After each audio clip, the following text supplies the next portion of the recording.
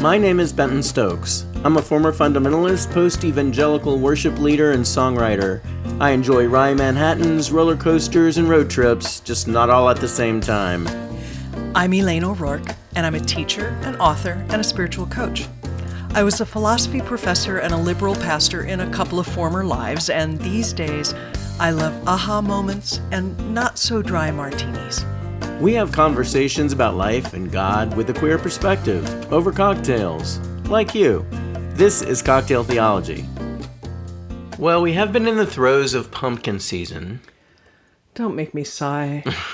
I try to avoid sighing on our show, and yet sometimes you drive me to it. Sometimes I do. We are taking a diversion off of Pumpkin Highway. Oh, good. And we are having something called the Apple Press. Okay. This is a cocktail I have not made before. Okay. Let's give it a taste. All right.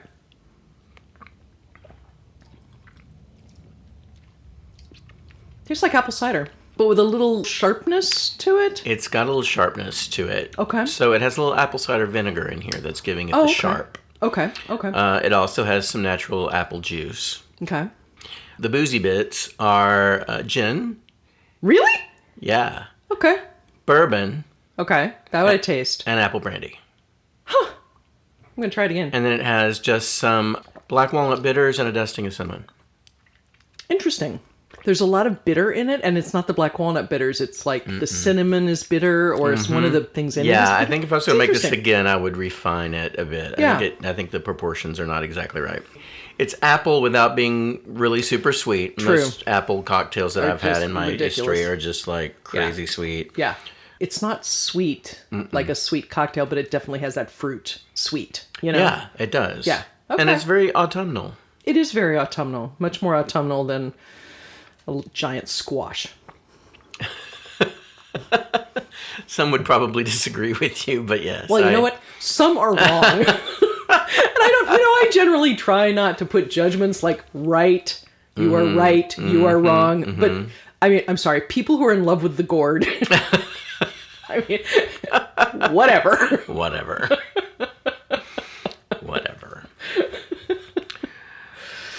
As we record this, it's the day before Election Day. So anything that we say today, we say not knowing the outcome of this election. Right. Well, not knowing the voting outcome of this election. Right. Yeah, that's what I mean. But we do know that lots of people are feeling very anxious, very weary. Yes. And I would say that I'm really tired of all the texts and the emails that I keep getting. Really. I mean, I like Kamala, but she's texting me multiple times an hour at this point. I'm like, you're not that desperate. Is Donnie doing the same? No. Oh, okay. No. So anyway, that's where we are. That's the backdrop. And yesterday, I heard you preach it once, but I know that you preached a sermon multiple times yesterday. And you made some really excellent points, eloquently too. And I thought what you brought up in your sermon might be something that we might like to discuss today. Okay. I want to legitimize people's anxiety. There is much to be nervous about. The rhetoric of the Republican candidate is violent and destructive and abusive and all those things. All the things we know are true. Right. And so even people who are moderates and on the Republican side should be anxious over the possibilities. And you can say it's hyperbole, that's fine. But then if it's all hyperbole, there's no way to know what he actually means. It's true. So set aside the idea that it's hyperbole. Take somebody at what they appear to be. Yes. Okay. So there's that.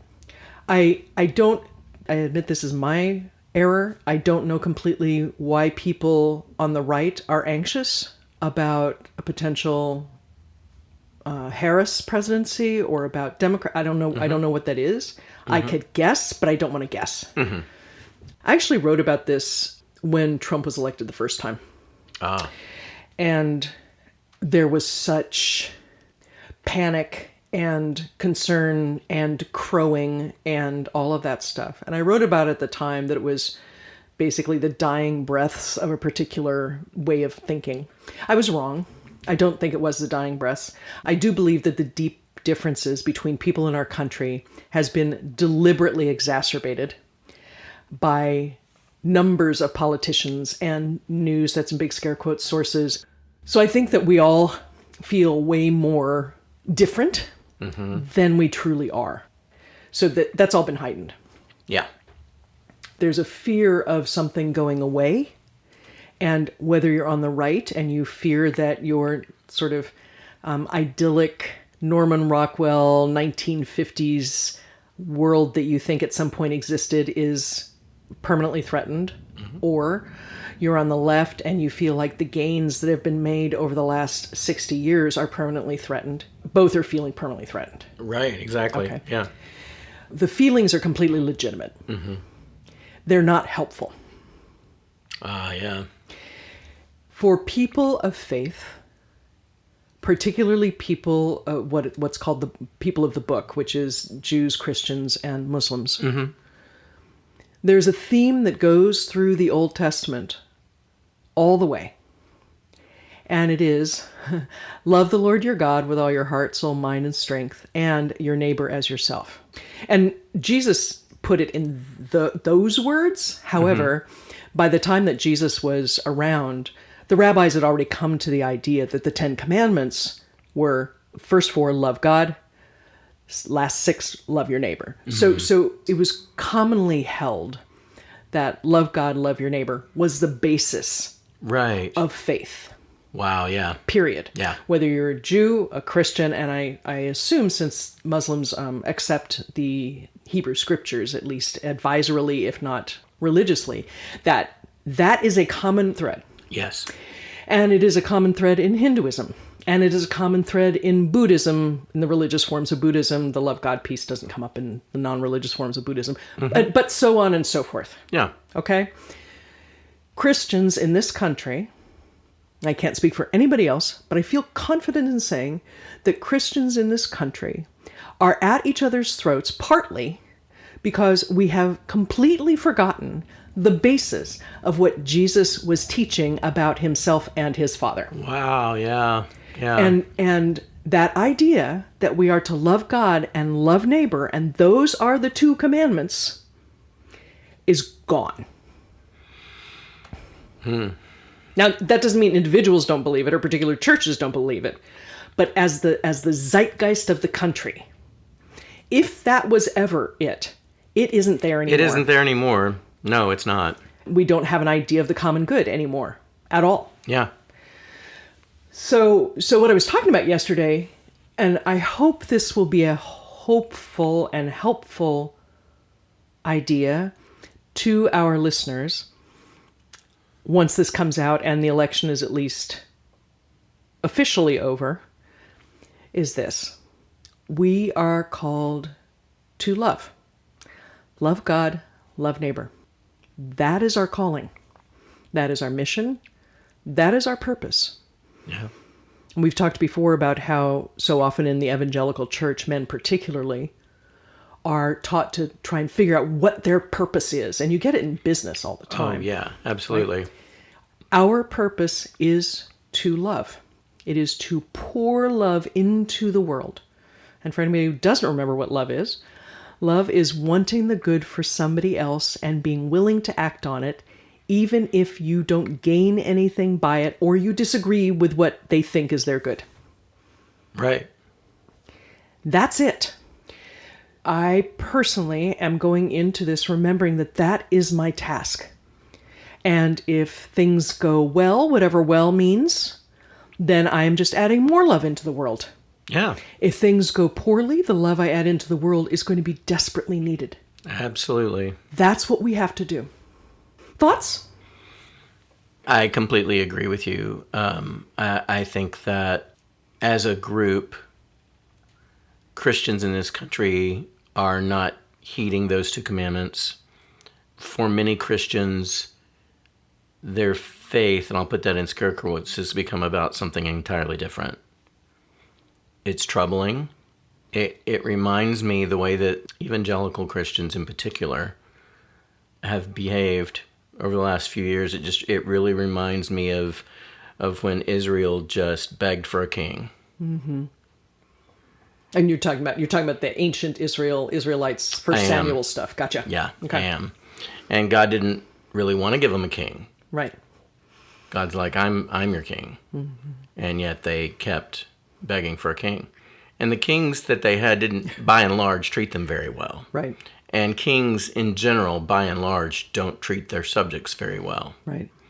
And in fact, the people who founded this country were fleeing a king. Yes.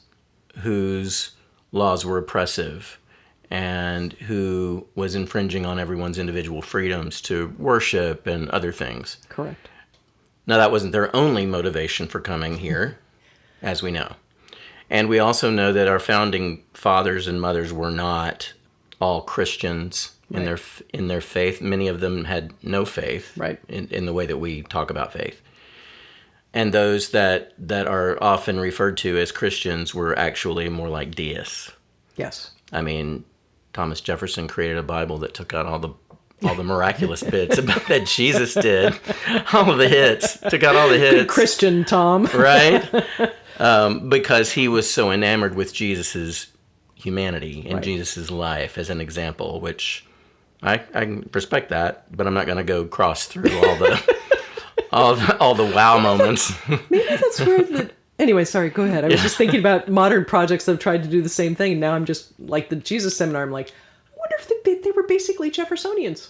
Who knew? Anyway, sorry, maybe. Go ahead. I didn't mean to interrupt you. Maybe. But I just think that many of the things that, we'll say Christian nationalists are so up in arms about, and the places that they go to defend their points of view are at best misunderstood. At best. And many of those folks will tell you that they don't attend church. Right. They'll say they're Christians, but they can't really tell you what they believe except what they believe about their Christian nationalist beliefs, right? That's what they hang their hat on. So none of that has anything to do with Jesus. No, none of it. None of it has anything to do with Jesus at all. So you're right. I think that as Christians in this country at this moment, it is more imperative than ever that we demonstrate the love your neighbor part. Yes. And if we love God the way that we ought, the loving your neighbor part comes a little bit easier. It does. And in that too, this isn't what Jesus said, but I'm going to add it. We should also love ourselves a little better. Yes.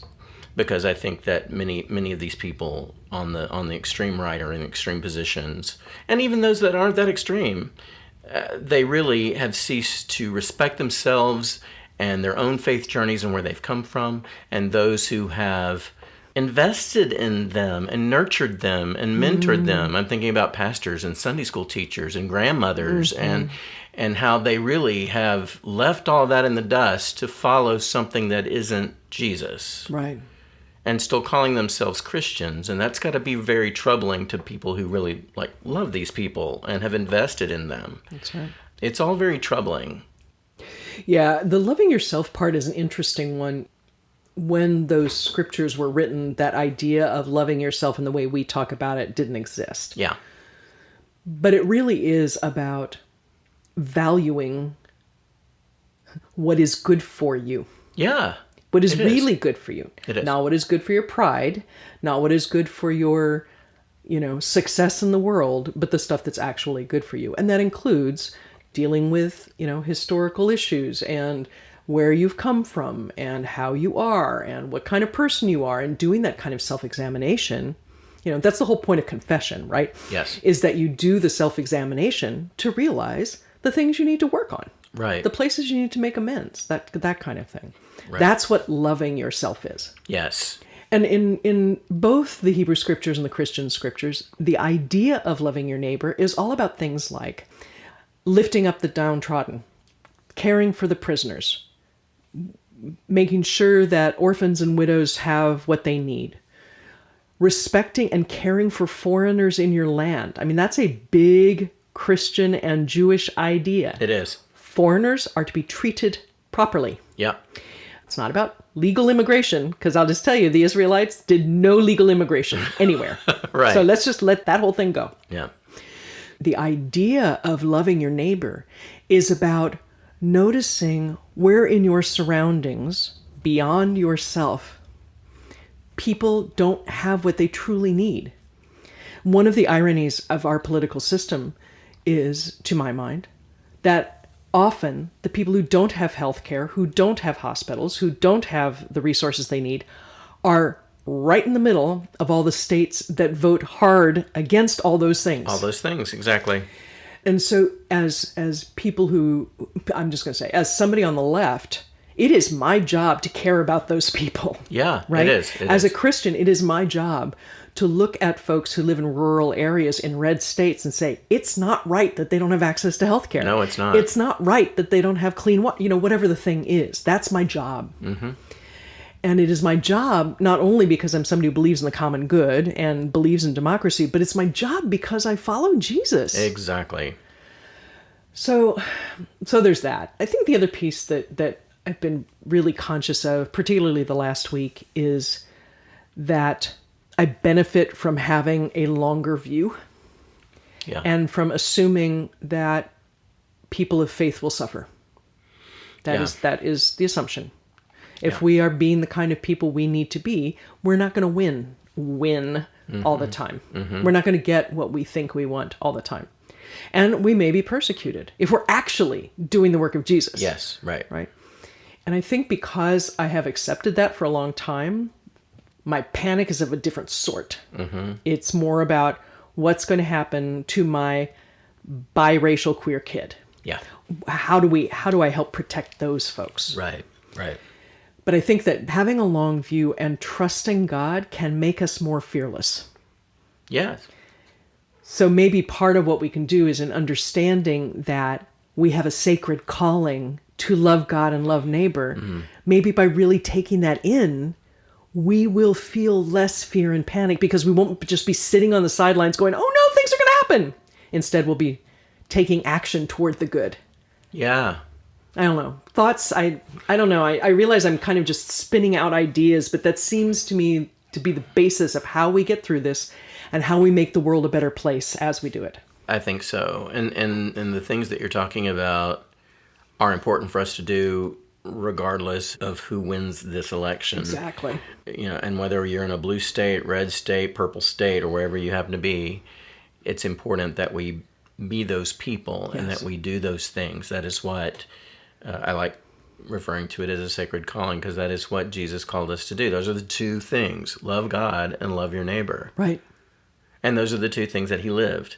And as a side note to this, for those who have those nationalistic tendencies, Jesus was not a conquering king.